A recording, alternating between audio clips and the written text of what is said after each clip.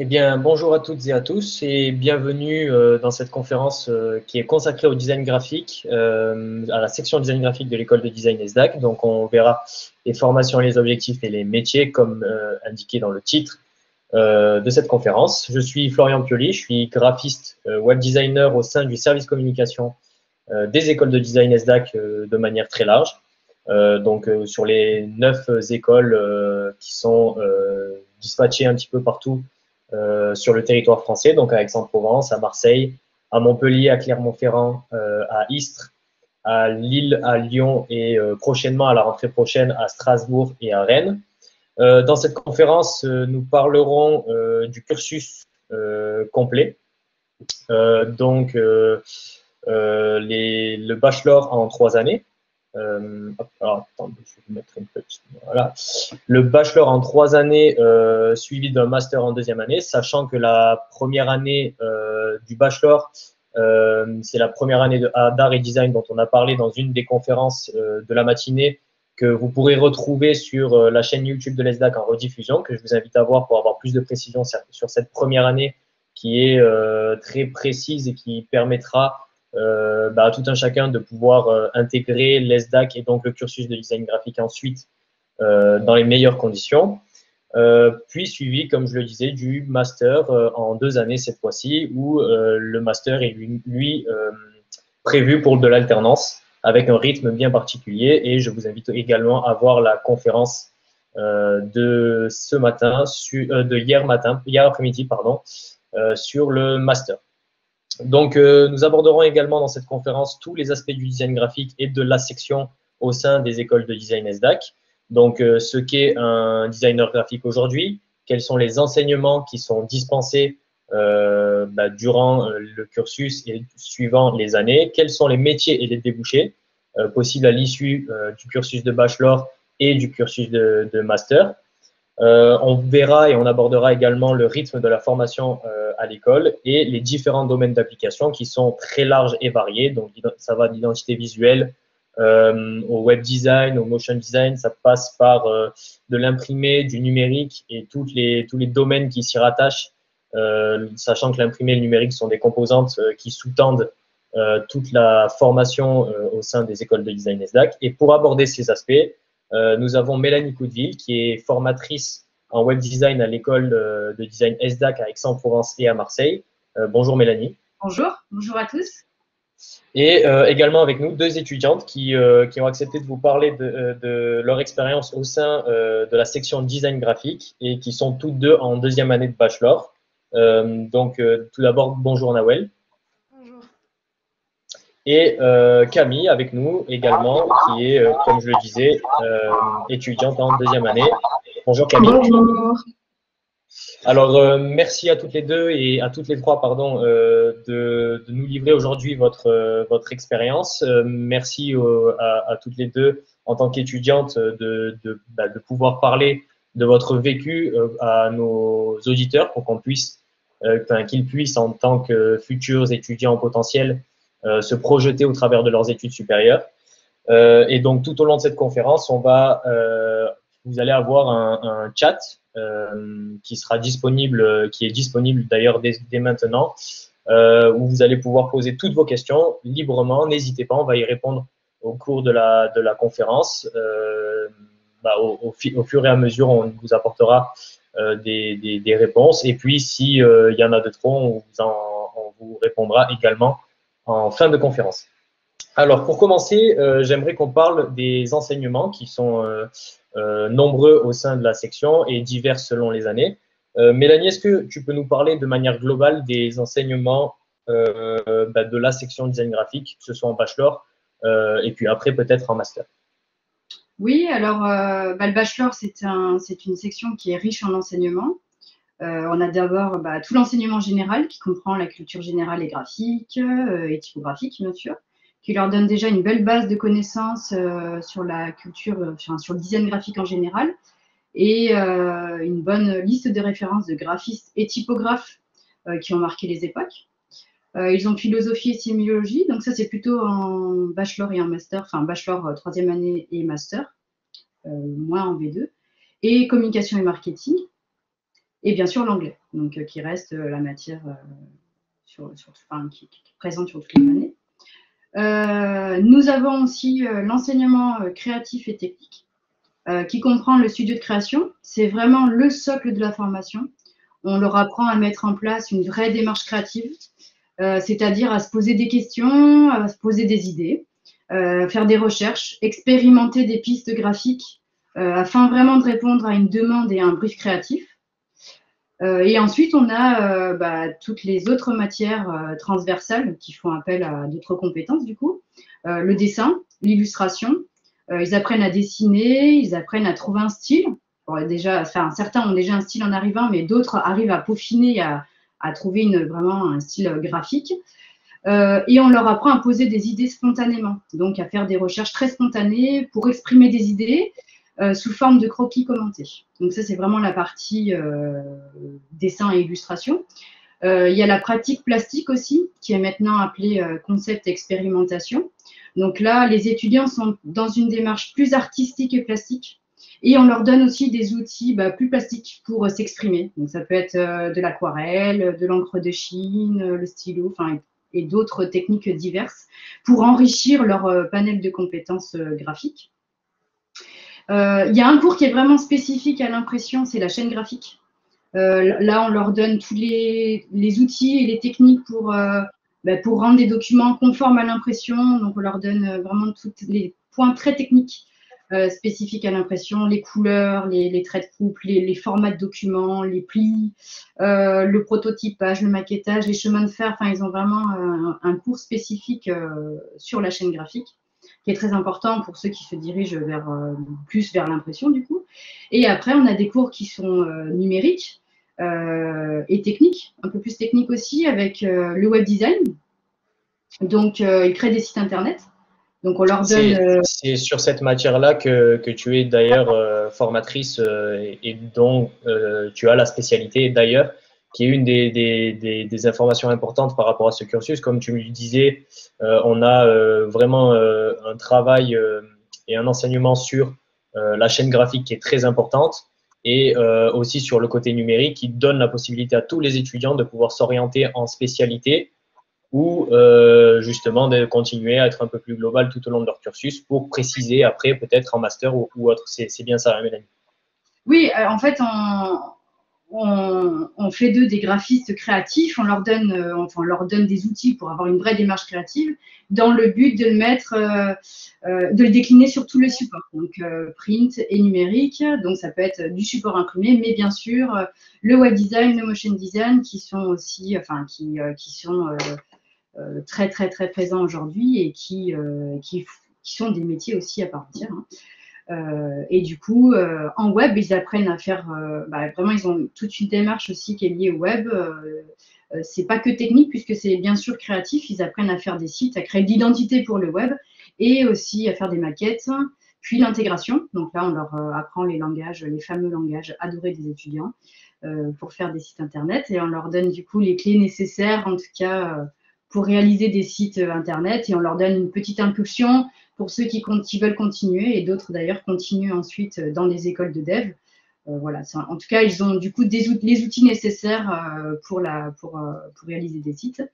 Et ils ont du motion design aussi, où là, ils font vraiment du graphisme animé avec différents logiciels comme After Effects, Cinema 4D, Premiere aussi. Voilà. Et évidemment, ils ont les cours d'infographie avec la suite Adobe. Donc, c'est vraiment la suite utilisée dans le milieu professionnel. Donc, Illustrator, InDesign et Photoshop. Les 3 logiciels de création qui permettent de faire du dessin vectoriel, de faire de la mise en page, de faire de la retouche photo, de faire du design d'écran aussi. Et on voit aussi Adobe XD pour le web et pour l'UX design, l'application, etc., où du coup, ils créent des maquettes destinées aux écrans. Voilà. De manière générale, si je comprends bien, c'est qu'il n'y a pas de barrière pour l'usage des outils qui sont disponibles et qui sont à l'usage justement des graphistes de manière générale. Vous voyez à peu près toute la suite Adobe de manière globale. Vous n'empêchez pas, bien entendu les étudiants d'utiliser tous les logiciels qui viennent au fur et à mesure alimenter la suite Adobe, comme Adobe Spark ou Dimension ou peu importe.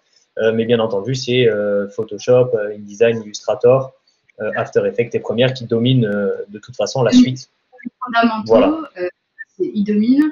Et après, voilà, XD est venu se greffer du coup au cours il y a quelques années, puisque vous êtes Bien sûr.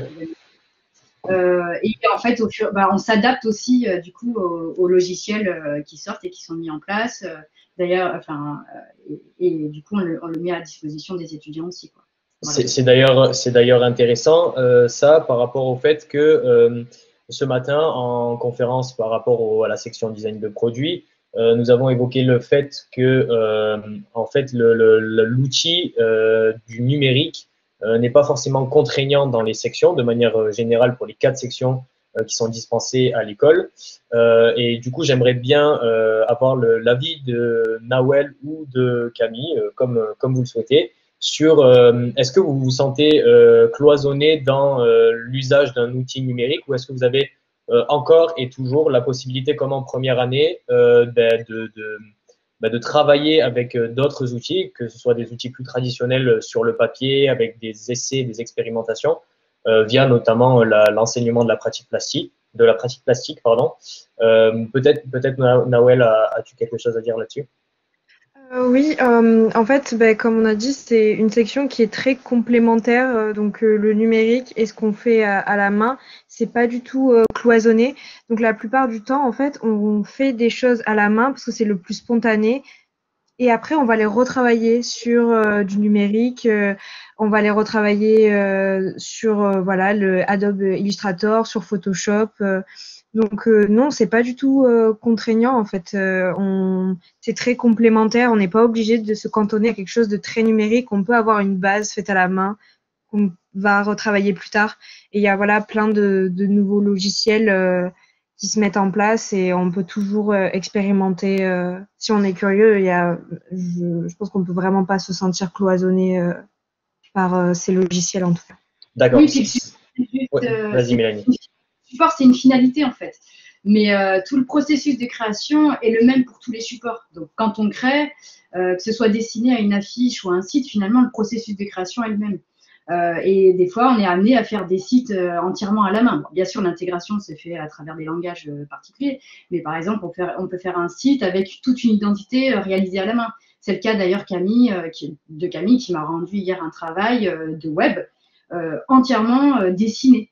Donc c'est possible. Le processus de création est le même pour tous les supports de création. Enfin, en tout cas, pour tout.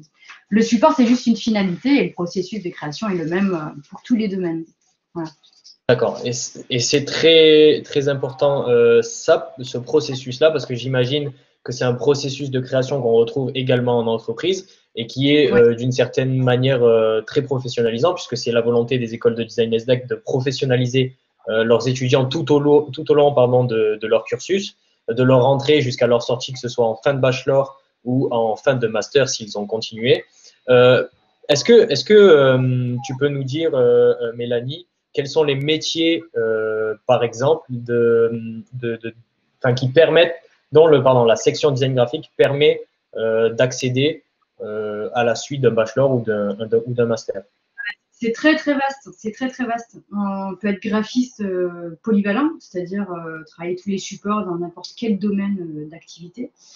Ou on peut aussi se spécialiser dans le motion design pour être motion designer. Web designer évidemment, mais on peut être aussi illustrateur, directeur artistique. Voilà, c'est très large. C'est très large et puis on peut travailler dans tous les domaines. Donc ça, c'est intéressant.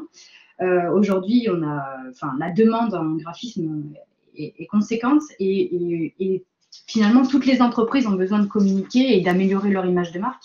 Et du coup, on a beaucoup, on peut travailler en agence de communication, dans des studios de créa, mais on peut aussi travailler chez l'annonceur. Et il y a il y a de plus en plus d'offres chez l'annonceur parce que les entreprises aiment maintenant intégrer des studios et avoir leur propre graphiste pour développer leur image et toute leur communication. Donc c'est très vaste, c'est très large. Voilà, c'est un domaine très vaste. Très vaste, ok. On peut aussi également travailler sous différents statuts. Tu as parlé des agences de communication, travailler chez l'annonceur. Ça, d'une certaine manière, ça sous-entend un salariat comme la plupart du monde l'entend. Par contre, on peut aussi créer sa propre structure, que ce soit en micro-entreprise ou créer sa propre marque et donc être le graphiste, le web designer ou en tout cas le designer graphique polyvalent qui travaille sur sa propre marque, ou également créer peut-être à terme, après quelques années d'expérience, sa propre agence. Tu l'as fait toi-même d'ailleurs. Peut-être tu peux nous en parler un petit peu. Oui, moi j'ai eu une expérience en agence déjà.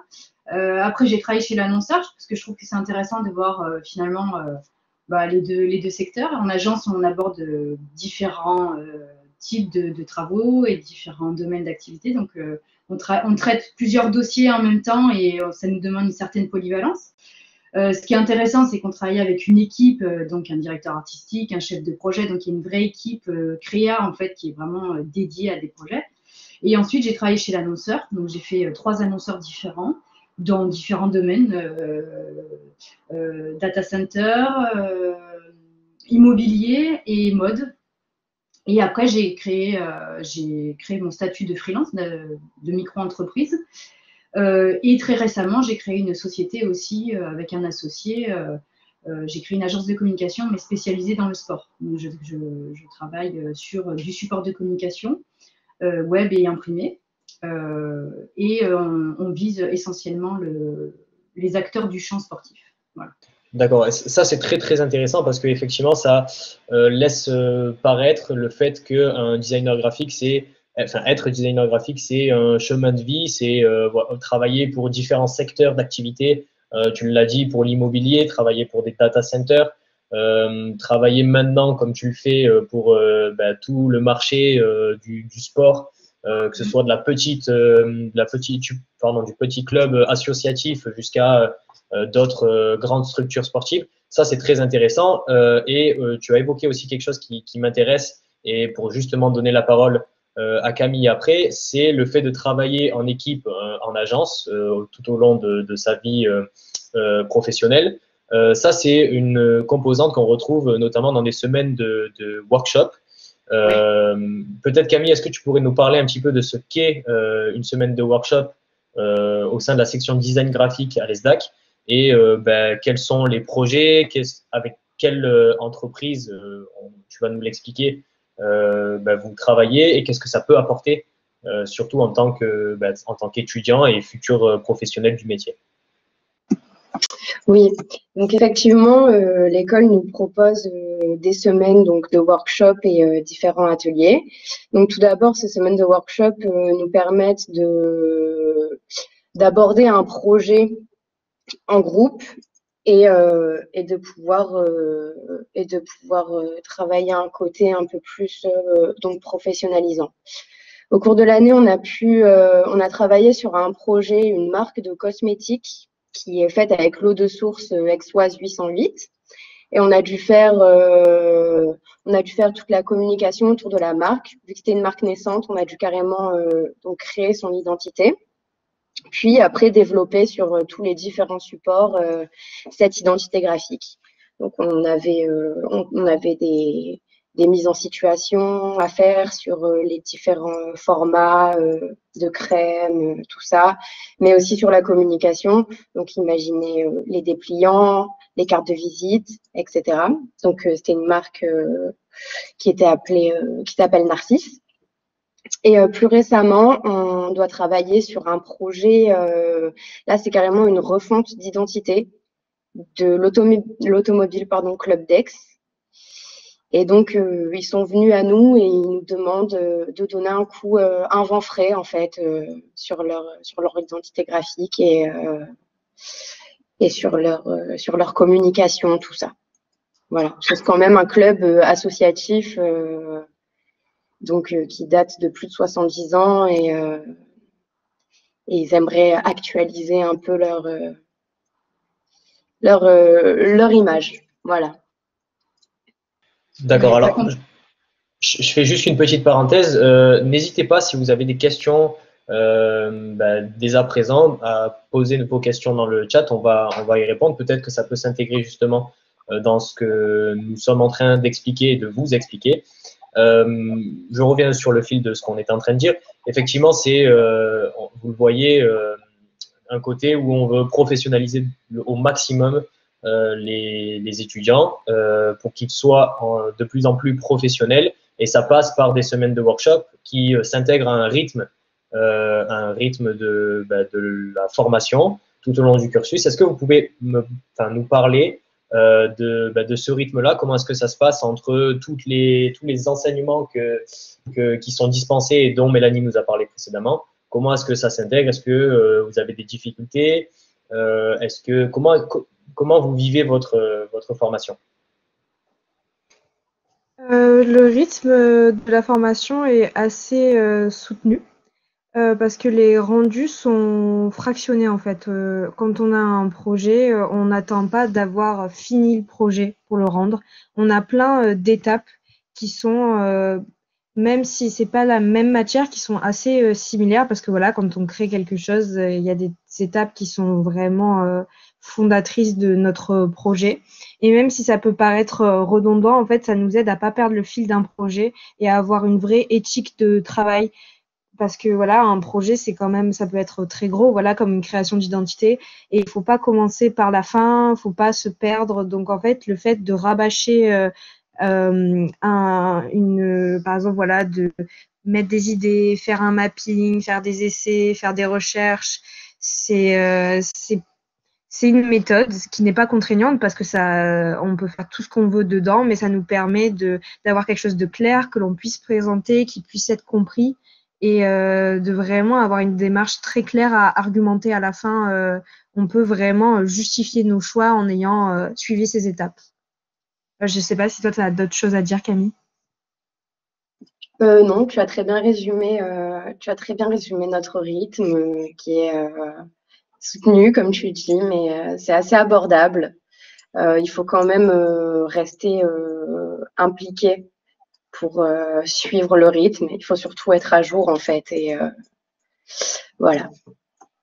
Mélanie, je voudrais que tu rebondisses sur un des propos sur lesquels Nawel a commencé. Elle a parlé d'une forme de transversalité entre les matières où elle a dit ne pas couper un processus même si on ne s'arrête pas dessus à la fin d'un cours. Peut-être est-ce que tu peux nous parler de cette transversalité-là qui, je crois, fait référence notamment au studio de création et puis à la pratique plastique. Les matières sont liées en fait, hein, et donc ils abordent après une vraie démarche de travail en studio où on leur donne des étapes de travail, où à chaque fois ils doivent vraiment faire des analyses approfondies du commanditaire en fait. Ils ont des étapes de recherche qui passent par aussi, comme Nawel l'a dit, par un mapping créatif souvent, puisque ça fait partie d'une étape de travail. Et après, toutes les matières viennent se greffer en fait au projet, puisque un projet demande pas mal de compétences transverses, dont notamment la pratique plastique qui va venir enrichir le côté recherche et plastique, voire même artistique en fonction des projets. Les matières plus techniques qui vont aussi se greffer au projet, comme le web, le motion et l'infographie, évidemment, puisque ce sont des matières qui vont venir, qui vont permettre de finaliser les projets sur les supports. Donc, le design graphique, c'est une section où toutes les matières fonctionnent ensemble et sont indispensables les unes des autres. Et le studio, effectivement, est la matière qui on va dire, met en place une démarche et coordonne toutes les autres matières. Voilà. Peut-être as-tu un projet en tête que tu pourrais nous approfondir pour nos auditeurs. Peut-être as-tu aussi des visuels, je ne sais pas si tu en as. Peut-être que les filles ont des planches de book, un book. Surtout, il y a un projet sur lequel on a travaillé qui était un des projets les plus transversales qu'on a eu. En fait, c'était sur la thématique du hasard. Donc, en fait, en sémiologie, donc c'est un cours de méthodologie où on travaille des dissertations. Donc là, avec ce cours-là, on s'est posé la question sur vraiment qu'est-ce que le hasard, comment on peut le définir. Donc, on a dû travailler des dissertations sur ça, sur vraiment se plonger dans le sujet avec des choses très précises. Une fois qu'on avait ça en tête en concept expérimentation, on a pu travailler des procédés plastiques, donc ils sont pas liés du tout à un sujet, c'est juste qu'est-ce qu'on peut faire par rapport au hasard, donc vraiment de faire le plus de rendu possible. Et en studio, après, on a travaillé la couverture d'une série de livres pour Gallimard, qui serait une série basée sur le hasard. Donc en fait, on a eu toute une finalité d'une chose assez large, où après, une fois qu'on a travaillé ça, on a pu se mettre sur un support. D'accord. Voilà. Ok, super. Je voudrais revenir sur un aspect, Mélanie, on en a parlé tout à l'heure dans un certain point de vue. Tu es formatrice du coup en web design et tu nous as dit avoir créé ta structure que tu gères actuellement. En fait, la plupart des enseignants comme toi à l'ESDAC, et c'est une vraie richesse et une vraie force, sont aussi des professionnels en même temps à côté et qui viennent partager leur savoir, leur passion pour le design. En tant que formatrice, mais aussi en tant que professionnel actif de ton métier, est-ce que tu pourrais nous dire quels sont les profils et du coup les compétences et les types de designers que recherche par exemple une structure comme la tienne ou comme des agences ou d'autres annonceurs que tu as cités en tout début de conférence? On aime les gens curieux, les passionnés déjà, aussi une certaine polyvalence. Donc c'est vrai que je pense que ce qui est quand même recherché aujourd'hui, c'est un profil polyvalent qui est capable de mettre en place, de répondre à une demande précise en passant par des étapes de recherche et qui est capable de développer sur tous les supports. Donc du support imprimé en connaissant les contraintes techniques liées à l'impression, mais aussi des supports numériques. Donc le web, bien entendu, éventuellement le motion, ce sont quand même… aujourd'hui, on demande à un graphiste d'être polyvalent et je pense que les agences, recherchent aujourd'hui des profils polyvalents, curieux et passionnés. Voilà. C'est un petit peu une forme de définition que tu nous donnes là du graphiste moderne qui a ce côté créatif qu'un artiste pourrait avoir, mais qui est aussi du coup concepteur par les outils qu'il a à sa disposition et qui met au service justement d'une entreprise qui peut être la sienne, qui peut être l'entreprise qui l'embauche ou qui peut être l'entreprise qu'il a comme projet au sein d'une agence ou à son compte. Donc ça, c'est pour résumer et synthétiser ça, c'est quand même ce dont on a parlé justement au cours des enseignements du cursus, que ce soit en bachelor ou en master. Peut-être qu'on pourrait parler un petit peu de la différence entre le rythme du bachelor qui est sur 3 années et du master qui est plus professionnalisant dans le sens où les bases et les fondations ont été acquises. En tout cas, si l'étudiant arrive en master, c'est que l'ESDAC considère que ses étudiants ont acquis et c'est le cas. Est-ce qu'on pourrait parler justement de ce rythme-là? Oui, en master, c'est un rythme qui est différent, qui du coup se fait en alternance. Donc les étudiants se trouvent 3 semaines en entreprise pour 10 jours et ensuite 10 jours à l'école. C'est un tout autre rythme qui permet à l'étudiant de mettre un pied dans l'entreprise. Donc du coup, ils sont du coup professionnels. Et à l'école, ils ont des modules bien spécifiques en fait qu'ils abordent sur des semaines entières.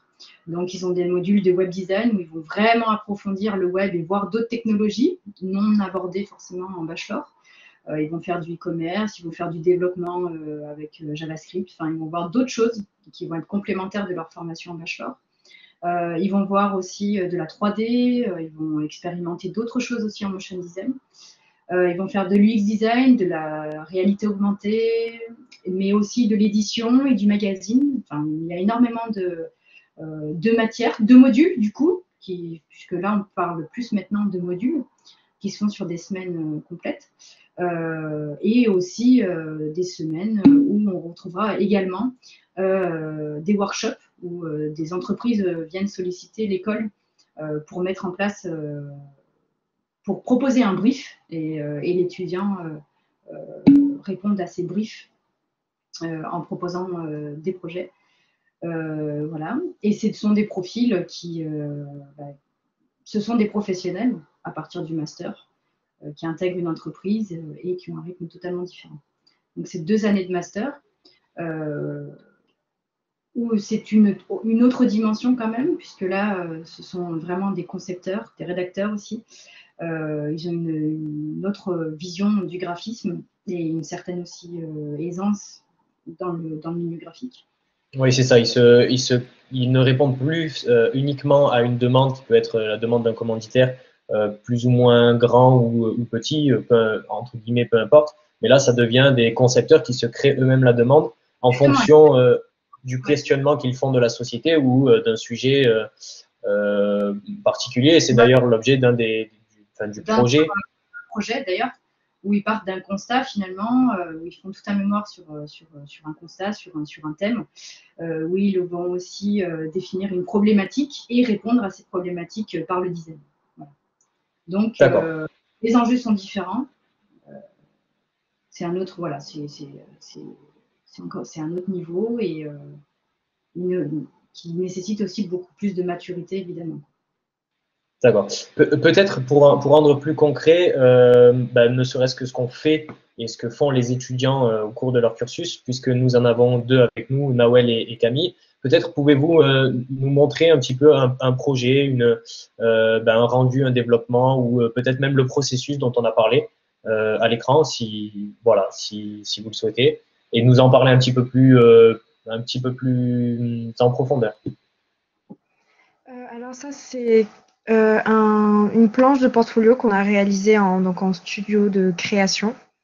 Et il fallait mettre des projets, donc soit personnels, soit réalisés à l'école, qui nous correspondaient. Donc, ce qui est très intéressant, c'est que même si on a exactement les mêmes projets, les mêmes attentes et les mêmes rendus, aucun portfolio des personnes qui sont dans notre classe ressemble. Il y a vraiment moyen qu'on a dit, d'avoir son style, de le trouver ou de l'affiner au fur et à mesure et de vraiment reconnaître les travaux de chaque personne. Donc ici, il y a des choses assez différentes. Donc on voit notamment à gauche des travaux sur la photo. Donc ça, c'est des travaux que j'ai réalisés en concept expérimentation, donc qui n'ont aucune attente. C'est des choses que j'ai essayées. Et on peut voir en haut à droite donc une couverture.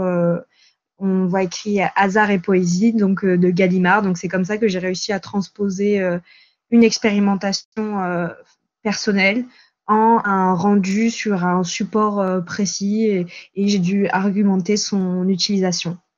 On voit aussi un travail, on peut voir Artist Truth de Zadig et Voltaire. Donc là, on devait travailler sur le rendu d'un nouveau parfum, donc faire l'étiquette du parfum, imaginer une affiche dans laquelle on va pouvoir l'exposer. Et le reste, c'est des travaux personnels parce qu'on nous demande aussi de tenir un carnet et de toujours même travailler pour soi, expérimenter, jamais perdre le goût du nouveau, quoi. D'accord. Peut-être Camille, as-tu une planche également à présenter, à expliquer et montrer un petit peu justement cette diversification de compétences, d'enseignement, etc. Je la cherche et je vous la montre. D'accord. Ok. En attendant, est-ce que Nawel, tu peux continuer à prendre la parole et pour revenir sur le fait que Mélanie et les autres formateurs que vous avez sont des professionnels, qu'est-ce que ça peut vous apporter en plus d'un étudiant qui aurait à l'université des professeurs qui sont uniquement professeurs, bien entendu, ils ont été professionnels, mais qui ne le sont plus. Qu'est-ce que ça vous apporte au niveau professionnel, peut-être maturité justement de ce qui vous attend dans le monde professionnel après? Les profs nous encadrent, donc ils nous donnent des conseils qui sont en lien avec le milieu scolaire. mais ils peuvent aussi donc nous donner beaucoup de conseils qui sont liés à leur expérience du milieu professionnel, de ce qui marche pas, sur voilà des petites choses comme comment ça va sortir à l'impression, même de leurs expériences personnelles. Et donc même c'est un métier où il faut toujours regarder ce qui se fait de nouveau, être au goût du jour. Donc en étant professionnel, ça leur permet d'être toujours à l'avant des choses. Et puis même une question de comment s'adresser à un client, comment présenter des projets, du vocabulaire à utiliser, de la manière dont on peut valoriser son travail. C'est vraiment très enrichissant de travailler avec des gens qui sont vraiment, qui baignent dedans tout le temps, quoi. D'accord, très très bien, c'est exactement ça. De toute façon, c'est le but de l'ESDAC et puis de toute façon, c'est le but également de chaque étudiant, peu importe dans le cursus qu'il souhaite intégrer, c'est de trouver de toute façon un métier à la fin ou pendant et presque en fin de cursus. Peut-être Camille, veux-tu aussi également nous dire qu'est-ce que ça peut t'apporter à toi si tu corrobores justement les propos de Nawel ou si tu as quelque chose de plus à ajouter.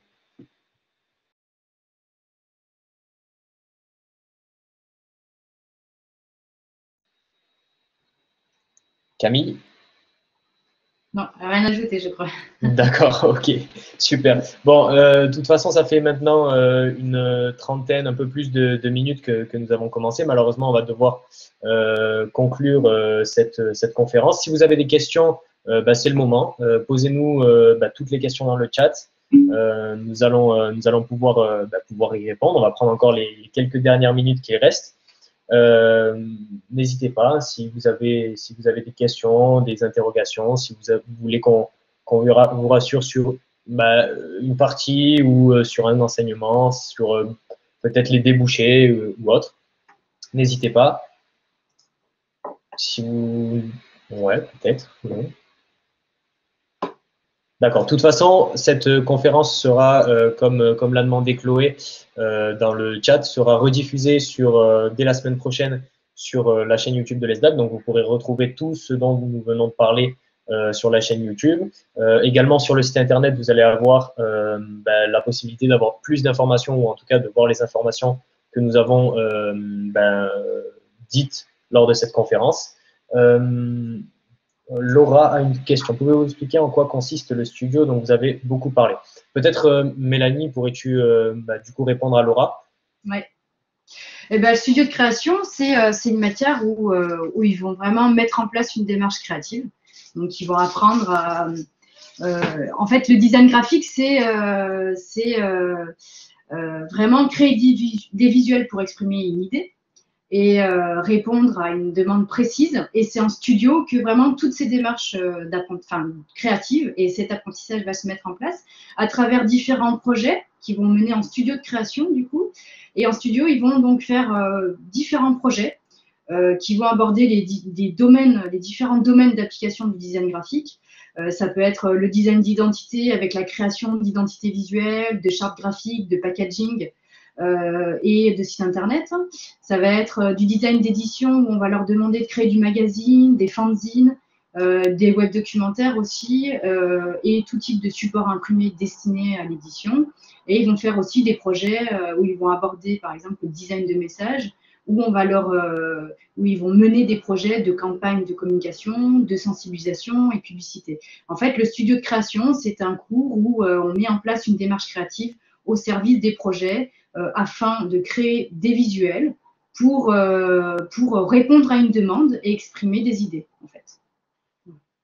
Ouais, ce cours est vraiment central, quoi. C'est celui qui maintient toute la structure et qui, du coup, donne cette méthodologie et ce processus de création essentiel à tout projet. Et ils vont voir, c'est dans ce cours-là aussi qu'ils vont aborder les différents domaines du design graphique, comme je l'ai cité. Voilà. Ok, super. Laura, j'espère qu'on a pu répondre au mieux à ta question et que c'est bon. Tu nous le dis d'ailleurs dans le chat. D'autres questions? Est-ce que vous avez d'autres questions? N'hésitez pas, on prend encore 2-3 minutes, bien que la conférence devait durer ce temps-là, c'est-à-dire 40 minutes. On prend le temps, ne vous inquiétez pas, on répond à vos questions si vous en avez. Peut-être une dernière question ou deux? Non? Il ne semble pas. Bon, je le disais, si de toute façon vous avez besoin d'autres informations, ce sera en replay sur la chaîne YouTube de l'école.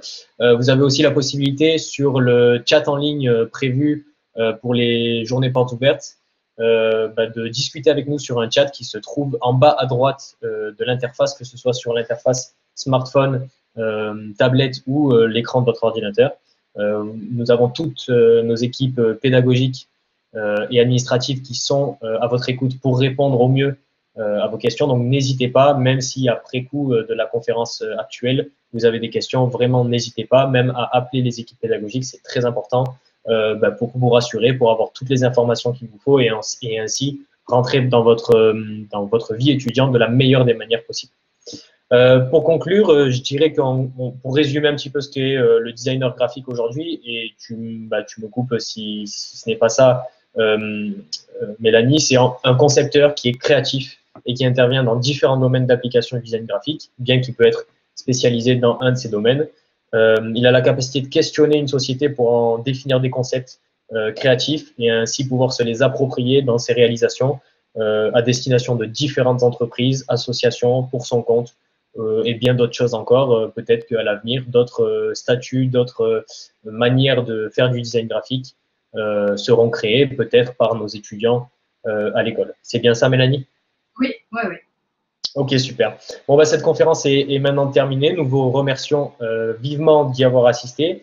Les JPO virtuels ne sont pas terminées, elles, et elles continuent jusqu'à ce soir avec la conférence suivante qui est dédiée à 15 h, donc là, dans une petite vingtaine de minutes, au design d'espace, la formation objectif et les métiers de débouché, et également celle qui suit à 16 h, le BTS et le bachelor communication qui est également une de nos filières dispensées dans les écoles de design ESDAC. N'hésitez pas à aller voir ces conférences aussi. Et pour ceux qui le souhaitent, qui seraient peut-être convaincus par le design graphique ou par une autre filière, on a ouvert la possibilité, lors de ces journées portes ouvertes virtuelles, de prendre un rendez-vous et de passer un entretien avec nos équipes pédagogiques et nos chefs de centre. Donc vraiment, n'hésitez pas à aller sur la plateforme des JPO et à prendre un entretien pour là, dans 1 heure, ou peut-être 1h30, et passer votre entretien de suite pour échanger justement avec le chef de centre de l'école de votre choix. Mélanie, Nawel et Camille, je vous remercie vraiment de m'avoir accompagné dans cette conférence. Merci beaucoup. De rien. Et puis à bientôt, peut-être à tout le monde. Merci à tous. Merci. À bientôt. Merci.